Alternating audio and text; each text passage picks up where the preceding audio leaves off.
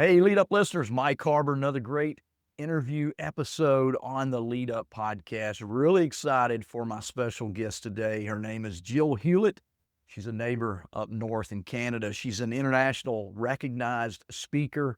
She's the author of author and brain fitness expert and wellness authority, and the founder of Brain Fitness Trainers Program. I'm looking forward to learning more about that. Jill's also licensed in the field of educational kinesiology and a brain gym consultant for over 2 decades.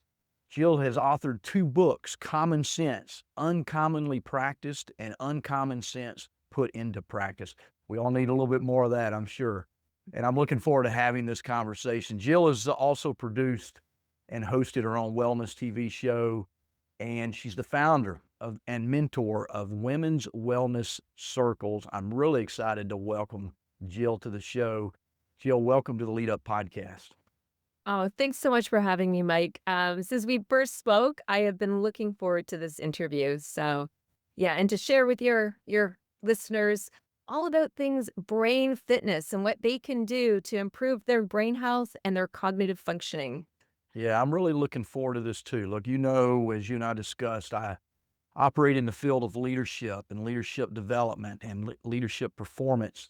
And I think brain health is vitally important. I often say leadership is 90% of leadership's between the ears. You can have the skills, but if your brain's not thinking right, if you don't know how to think about leadership and think about others, and I think it's important that we take care of our brain to be able to do that as well. And I've kind of gone on a journey over the years to improve my cognitive ability and just rewire some old thinking and behavior patterns from the past as well. So let's talk to the Lead Up listeners a little bit, first of all, about what is brain fitness and kind of why it's important, I guess.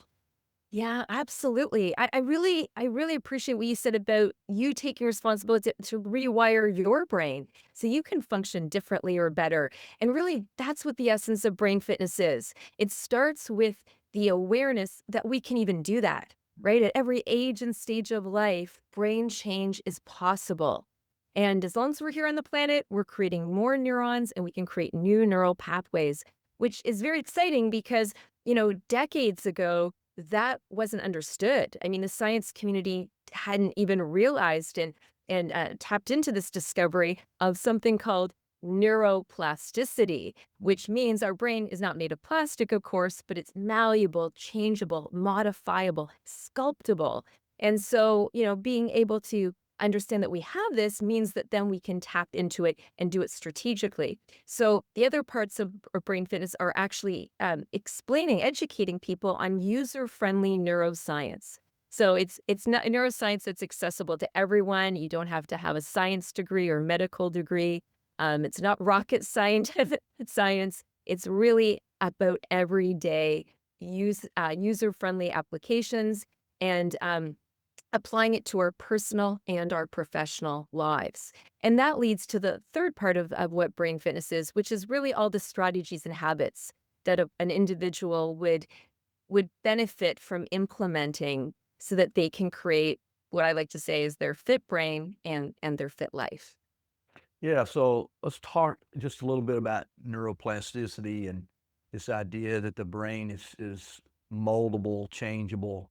How does one begin to build these neural pathways that you're talking about? Let's just kind of go back to our formative years. Like, talk to our audience about where those begin to get shaped and why it's important to rewire or reshape or transform, renew our minds, so to speak. Yeah. Absolutely. Well, a lot of people don't realize in their adult years that they're running off an adolescent brain. Because there are peak times during our childhood and our adolescence when we are wiring our brain according to what's going on in our world, and basically to avoid pain and pursue pleasure. And what happens is this protein called myelin comes in and it helps us to develop stronger and faster neural pathways so that we can make our way in the world more effectively. And once again, for our survival, also for our pleasure and enjoyment. And so what happens is this creates the foundation of our neural network. and it sticks with us unless we intentionally change it. So a lot of our motivations are not based, our fears or our triggers are not based on current reality. They're based on past experiences, past beliefs, past values and perspectives that it got embedded years ago. And it really, when a baby is born, it's born with a lot of neurons, a lot of brain cells, but not a lot of connections. The idea is that the baby is going to, and the infant is going to grow into the world it's in and will develop the neural pathways that will support it best. So if a child is in a very harsh or uh, difficult environment, it will learn certain patterns and behaviors to survive in that. If a child is given more resources and love and support, it will develop a different understanding and outlook on the world and way to function in that regard, right? And so we are really a product, as much as we are a product of our nature and our and certain genetics and what we come into the world with as far as a general operating system, we then get nurtured according to our life experiences and, the people and the situations we're in, our education, the school systems we're in. So all this keeps feeding us and forming us, and we react and we respond and we learn and we lay down the foundation of our brain in order that it will ideally best serve us. The only thing is, Mike, I think the point you're making is in adulthood, that may not be serving us anymore. So we're going to need to know that we have an ability to change thanks to neuroplasticity, and we can make the changes that will be in our best interest and healthiest for us. Yeah, let's go a little deeper. Talk about the repetitiveness. So we're conditioned, right? These things are laid down early in our life, and then we see today many people who grow up in poverty, they repeat poverty in their life, right? Many people who grow up with family members who have health issues, they repeat health issues in their life.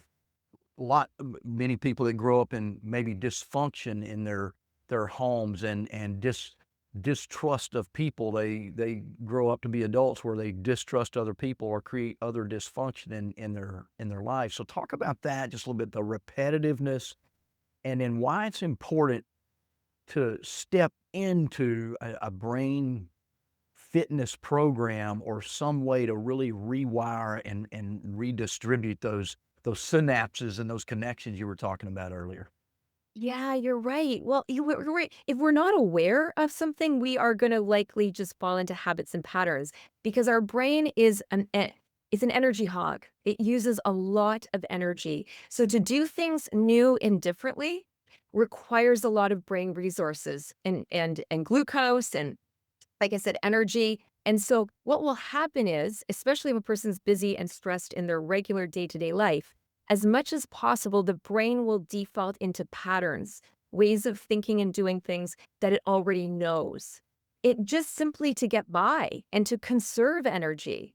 Right? Our brain weighs 2 to 3 pounds of our body weight, but it uses about 25%, give or take, of its energy resources. Right? And so if we aren't eating healthy, getting fresh air, exercising, getting quality sleep, and doing a lot of the other brain fitness strategies that I love to teach, if people are implementing and doing those, then it's even easier to fall back into patterns. And if a person doesn't know that that's what they're doing, they're even more unlikely to change. So thanks to like that type of work that you do, this leadership development, people can actually become um, empowered to become the sculptor of their brain and their life because one, now they know that they're able to, they have the awareness, and then they have the tools on how to do it. And I'd say last but not least, they need the motivation to realize that these old habits that they're repeating that are based on the past are not serving them in the present moment and will certainly not take them towards their goals. So, there's nothing to lose in making these changes. Yeah, yeah. I'd just like to give our audience an example. I grew up in a lot of dysfunction. My parents were very violent, physically, mentally, lots of abuse, right? And so I grew up as a mediator in my home, trying to control and keep my parents from what I thought they were going to kill each other. But then, as you grow, these patterns were developed as a young kid, right?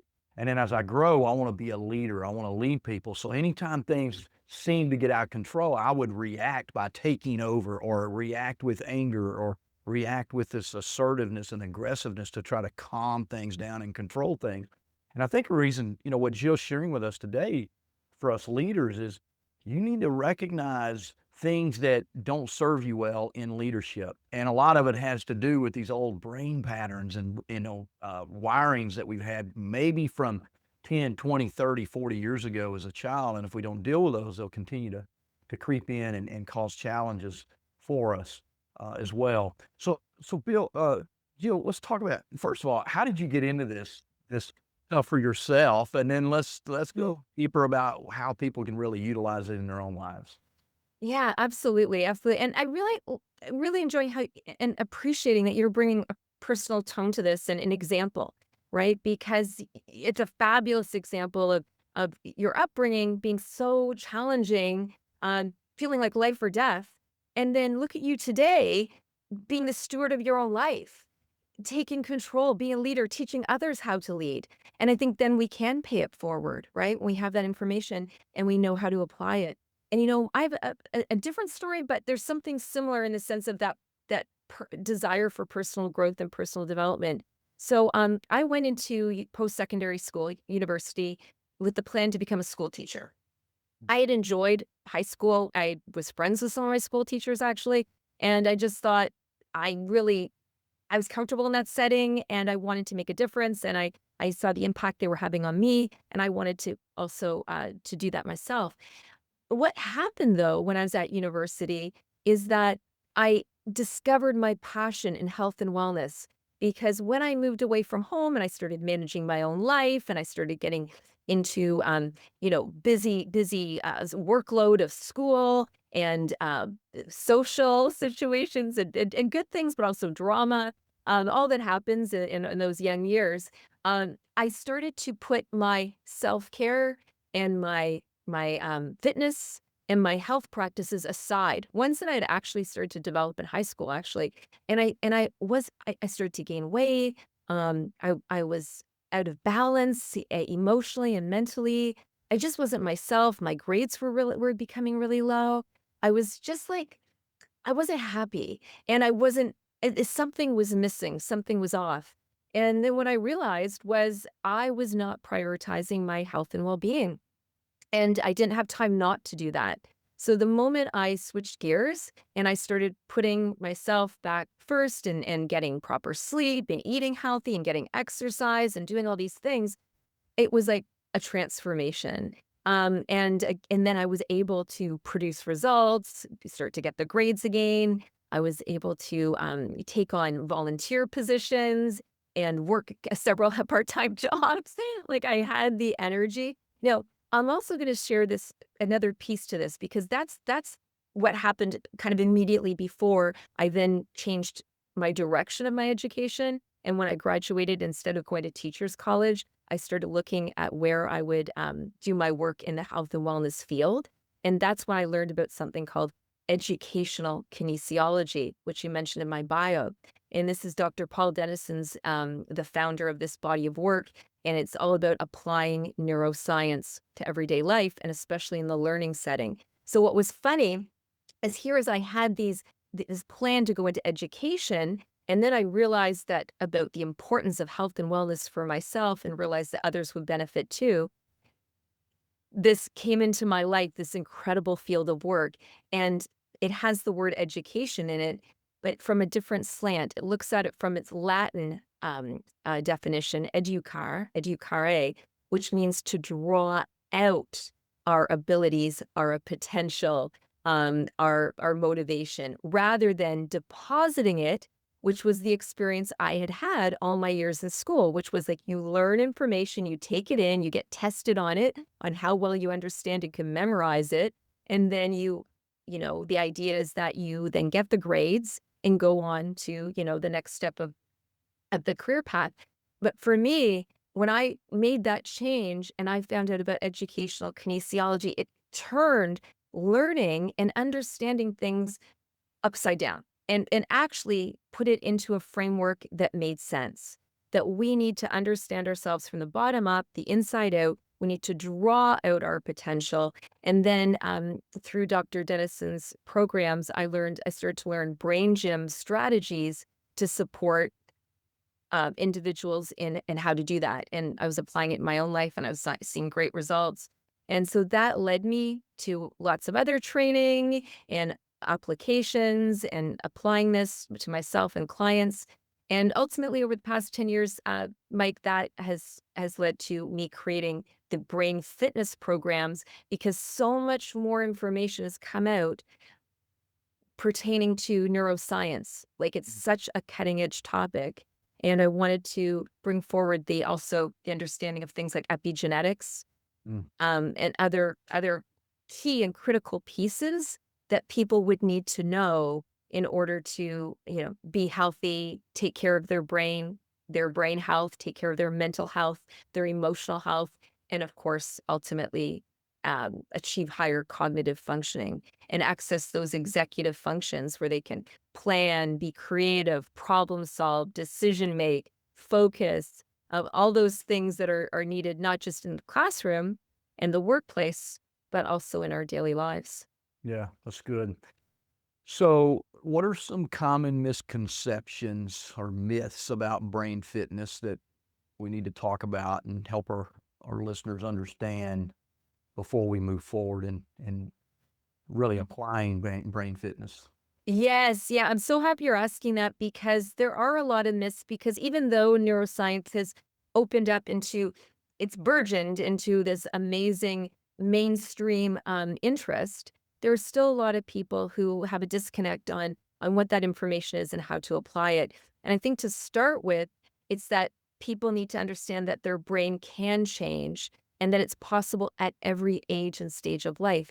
A lot of people think it's just for children who are struggling developmentally, or maybe an adult or who's going through mental health issues or life issues, or the aging senior who's experiencing brain decline and maybe the early stages of dementia, maybe MCIs, which are mild cognitive impairment. And so people tend to think, oh, it's just for those people who are struggling, or in those particular instances, or someone who's recovering from a concussion or injury.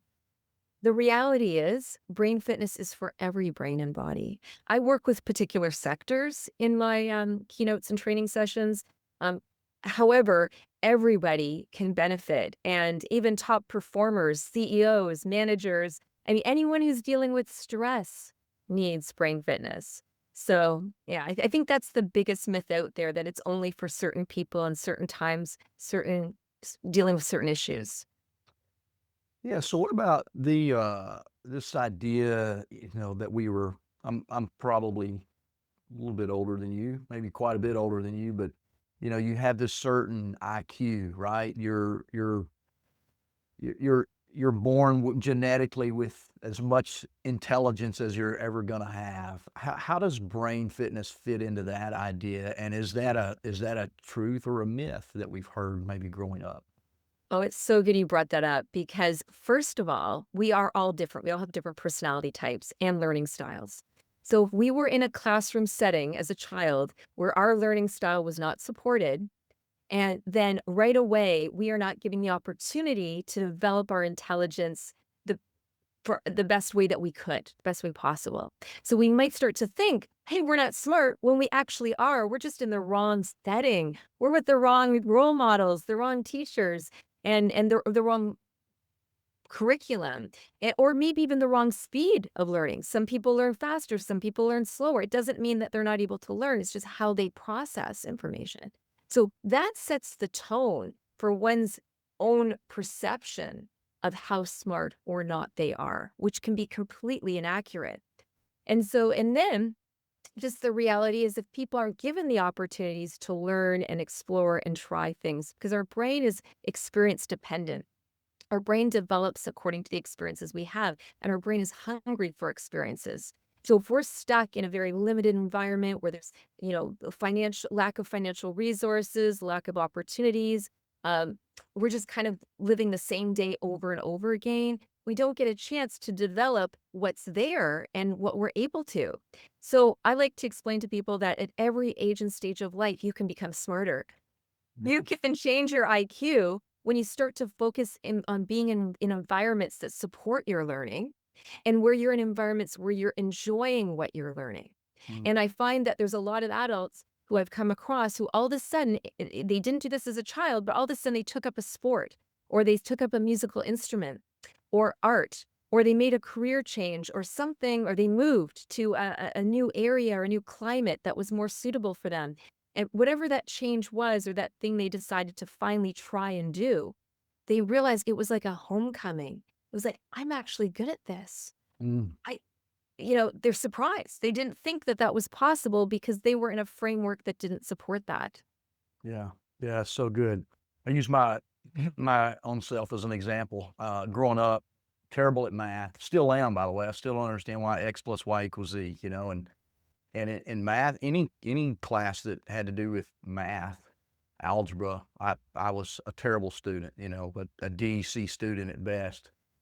And I always thought I was dumb because of that, but you put me in an anatomy, physiology, biology class, loved it, could soak it up, really quickly, still remember things that I learned, 30, 40 years ago from that. So there's an interest level as well. I think one of the worst things we do in our school systems is force people to learn things that they have no interest in, right? Especially once we go to college, you got to take all these classes. Well, I'm not really interested in it, but you got to take it to graduate. So, I think that's a thing we could do better with. And I often, when I'm talking to leaders, I hear leaders oftentimes label people as dumb or unmotivated when really it's a learning speed. You brought up speed, and I often teach people this in leadership. Look, people are IV drips, meaning we need to slow our teaching down and help them understand what we're really trying to teach them. Some people are sponges. We can throw it on them, they soak it up like a sponge.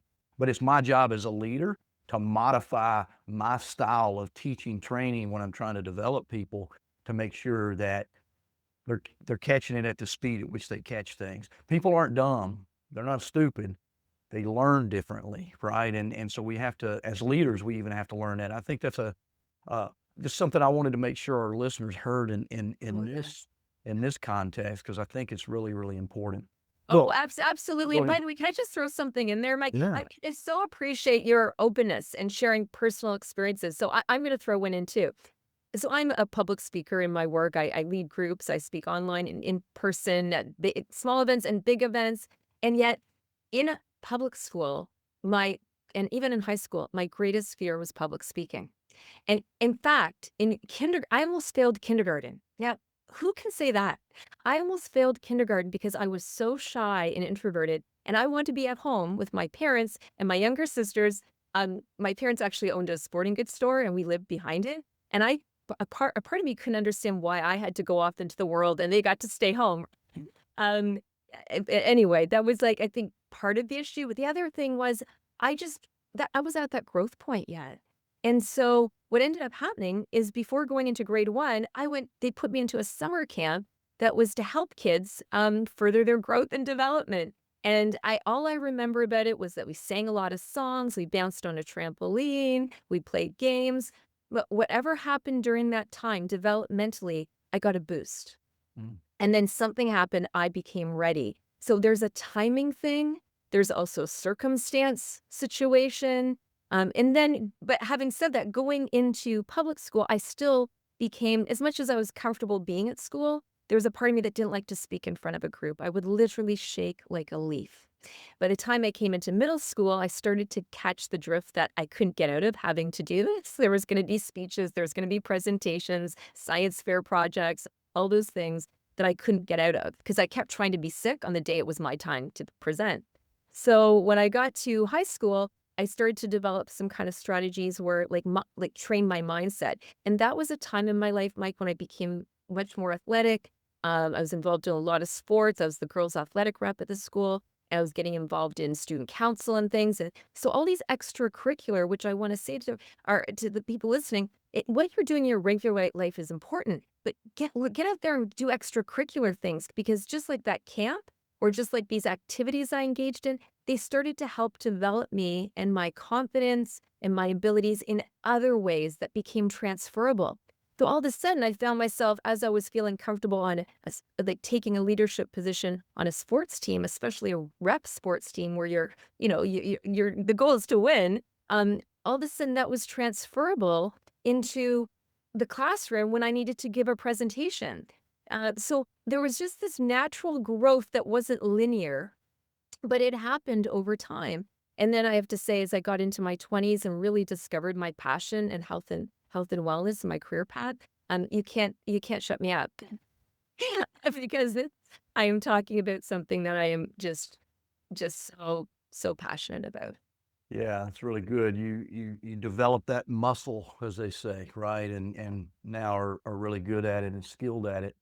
So let's shift gears a little bit. People today are, they're talking about low energy, anxiety, overwhelm, burnout, all of these things that we have in our workforce today.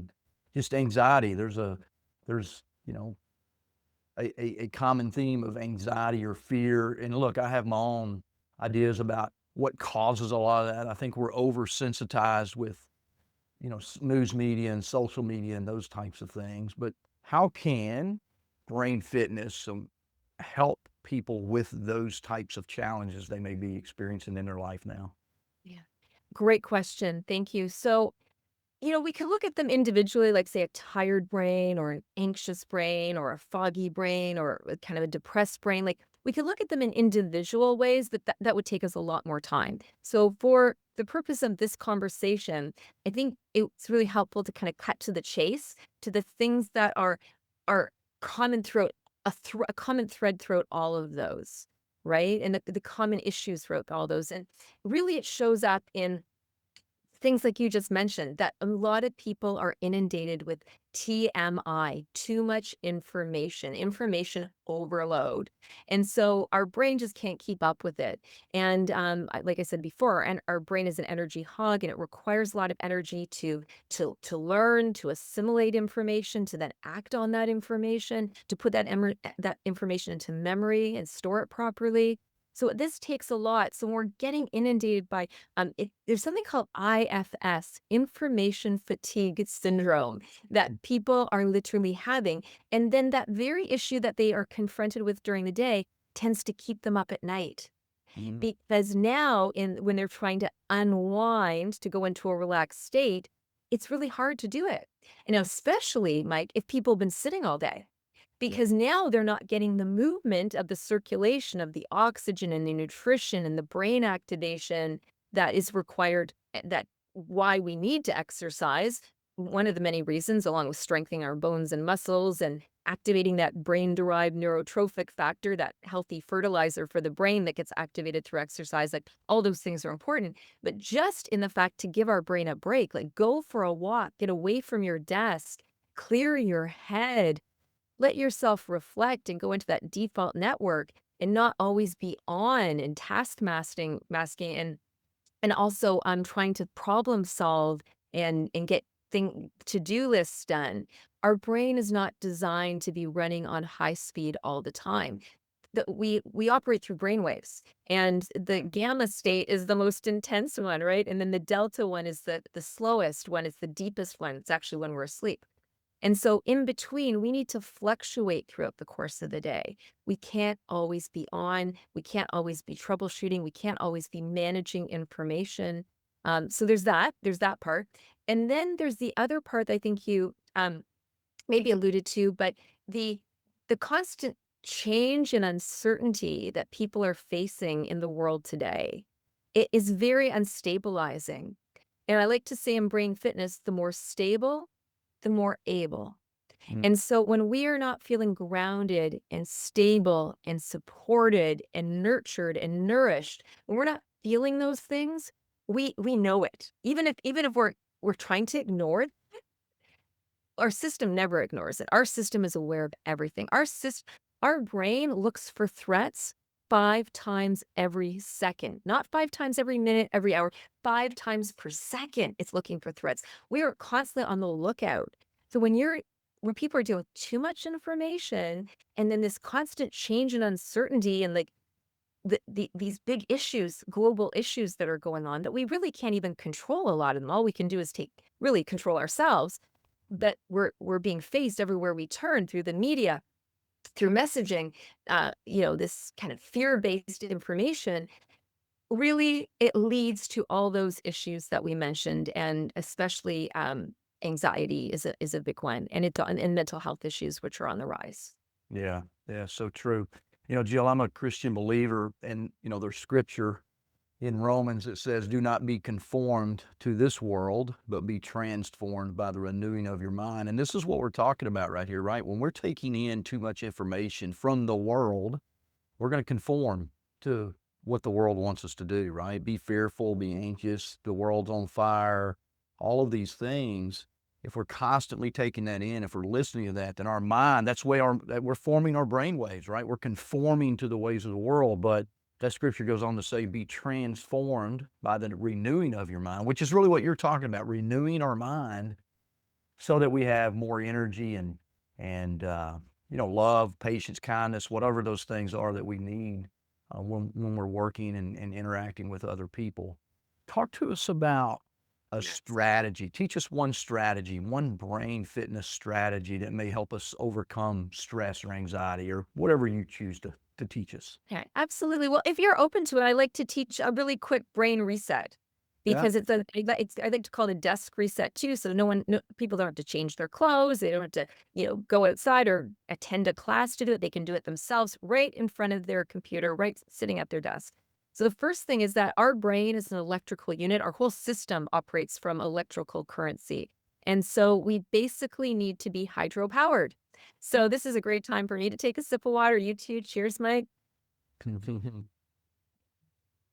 Staying hydropowered is key so that information through our sensory system, our nervous system, to our brain can flow freely and can do what it's supposed to do, basically communicate the communication system and those lines. And then we'll make good decisions, we'll think more clearly, we'll be more calm, we'll be more level-headed, we'll come from that place, like you said, of kindness and love. It starts with being one of the key pieces is to be well hydrated. So drink up water throughout the course of the day on a regular basis. The next thing, I like to do breathing 2.0 because our brain does not hold oxygen the way the other tissues and organs in our body does. So it needs a constant fresh supply. But when we're in stress, we don't realize it. We tend to breathe more shallow and we tend to hold our breath. So a great reset to move from stress to balance is simply deep breathing. And how I like to teach that is I invite people to take a big inhale through their nose. Imagine sending oxygen to your neurons and giving them the fuel they need, and then exhale through the mouth. When you exhale, we're imagining releasing toxicity, acidity, carbon dioxide, anything we no longer need, and tension. So then I invite people to breathe in again and open up their chest, bring their shoulders down and back. Make more space for a deeper breath, changes our posture, which is great, gets us more aligned. And then exhale through the mouth and relax and just feel the body kind of just letting go, right? Because we hold the tension in our muscles, our joints, our jaw, our eyes, even our head. We get these headaches and migraines. So time to let that go. So let's do a couple more together. In through the nose and out through the mouth. And when we breathe in through the nose, it's a cooler air. So we do some like air conditioning for the neurons Mhm. to cool down that flat head, right? Yeah. And exhale. And so a person can just continue. And I think with those extra little pieces of information, everyone knows breathing is important, right? We can't live if we're not breathing. We can't go long without oxygen.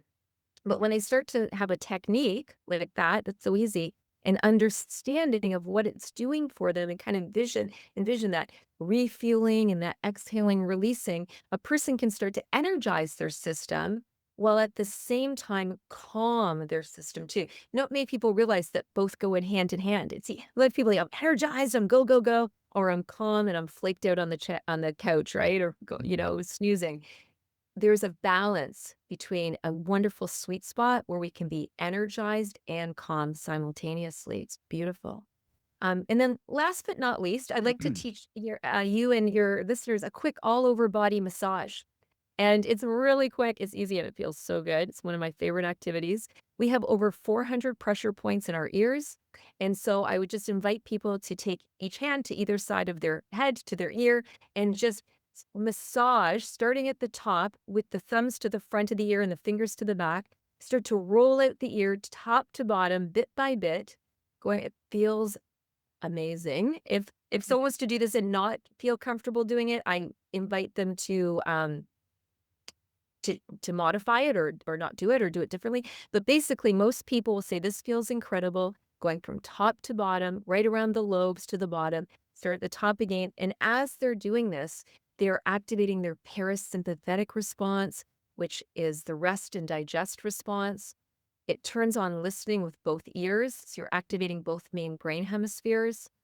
And at the same time, because we're activating over 400 acupressure points, it's actually creating this all over, like switching on, energizing effect. And so that's a quick brain reset that people can do. There's hundreds of brain fitness activities that I teach that are in the realm of mindset, integrative movements, mini meditations, brain spas, that all of them though, Mike, are very quick and easy to do, don't require equipment, and can be done just like we did now. It just take 30 seconds to a minute per activity, and we don't need any equipment. The only thing I suggest is always carry around your water bottle. Yeah, look, I'll be a testimonial for you right now. I've started this podcast with a pretty massive headache, and you helped my headache go away just through that breathing, right? And I'm about 16 hours into a water fast, so that's the reason I have a headache. I didn't start my day with any caffeine. But just doing that, and then you, as you said, breathe out that stress, right? I was thinking, okay, I'm breathing away that headache, and that headache went away literally in that moment. So I mean, it's a great example of just doing some little things that can help us as well. oh, absolutely. And I've got so many more. I mean, we have to have another conversation, Mike, but that's a great place to start. Get hydrated, breathe, and then do a nurturing activity with the body, an energizing activity like this one that connects to pressure points and meridian lines through the body. You know, if someone went to a massage therapist or an acupuncturist, they would do this kind of work on you. We don't have to wait just until those special occasions to invest into our self-care and self-management. Yeah. Yeah. So as we wrap up here, there's so many benefits from what Jill's talking with us about today, lead up listeners, and just want to recommend you connect with Jill. I'm going to let her share where we can find out more about her and her brain fitness courses and things that she has. But Jill, what are some quick takeaways for listeners for just getting started on their brain fitness journey and maybe doing some. Love the two little techniques you gave us today, but what are some other quick and easy things you want to leave our listeners with? Yeah, absolutely. Thank you. I think one of the key messages I'd like to leave the listeners with is that a lot of people have just adapted to a lower standard of functioning, and they don't even realize that's going on. Mm, And they're leaving a lot of their resources, potential, joy, yeah. skills, opportunities on the table, and they're right there waiting for you. I mean, honestly, I get emotional thinking about this because we're literally one neural pathway away to an incredible change. And if people don't know that, and we started the conversation with what is brain fitness, and I started off with the word awareness, awareness is a game changer. When you become aware that that's what's going on and that there's more possible, and that we've just adapted to this lower standard of functioning and that it's not who we are, it's not what we're capable of being, Yeah. then we can do something about it. And there are there's so many brain fitness strategies, but I think also if we want to just keep it simple with a few quick recommendations, um, you know, get out moving every day, get outside, get fresh air, get away from, all the to-do lists, the computer screen. Walking is known, it's research proven that it will grow the learning and memory centers of your brain. So you want to get smarter, go for a walk. It also activates the happy neurochemicals, so it helps us lift our mood. There's a saying, if you're not in a good mood, go for a walk. If you're still not in a good mood, go for another walk. So I say, get out there, get moving, and breathing and drinking water, eating healthy, getting quality sleep, and that's all about stress reduction, so we can move from a limited portion of our brain to our whole brain potential. Yeah, I love that. I love that you shared what you said about people living below their potential, right? And I think that's a key. I mean, so many people, 95% of people live below their potential, right? And just kind of takes what the world gives them and live within those neural pathways that they've developed over years without really even questioning those things. And I love what Jill brought to us today, Lead Up listeners. It's just another way to think. You can change the way you think, the way you act, the way you behave. You just got to take some active approach to that. It begins with awareness, like just what are you not okay with anymore, right? And then begin to step into a new path forward. Jill, I love this conversation. We could probably talk for hours, dig a lot deeper, but Absolutely. we may lose some listeners at that point. We may bore everybody but ourselves. But tell our listeners where they can find your books, find out more about you, maybe even explore some courses that you offer online. Absolutely. I would love to. And thank you, Mike. And I could talk to you for hours. I'm going to just share this my signature toy or symbol, which is the expandable sphere here, which goes from using our limited portion of our brain to our whole brain potential. I have a huge one that I bring when I'm in person, but if people want to move from using a limited portion of their brain to that whole brain potential, I invite them to go to my website. That's the best place to start at jillhewlett.com. At the footer of all the pages are my social media links so they can connect there to get free resources and inspiration and information. As well, my weekly Brain and Life Reset newsletter that goes out every Monday morning, and it's a great way to kick off the week to be in the brain game, the brain change game. It's simple, fun things that I send out that people can apply to their life and get better results. And along with that, actually, at the top of my website is free access to a free brain guide. Mm. So I invite people to sign up for that, get that download, and some of the information we covered today is in it, and a bunch more. That's so good. So we'll make sure, listeners, we drop the links to all of Jill's websites where you can connect with her, learn more about her in the show notes. So if you're listening or watching on YouTube, make sure you check out our show notes. You'll be able to connect with Jill, learn more about her. Look, this is about you. It's about you getting better. It's about living into your full potential, and that's what Jill helps everyone do. I'm excited that you spent time with me today, Jill. Great conversation. Likewise, Mike. Thank you.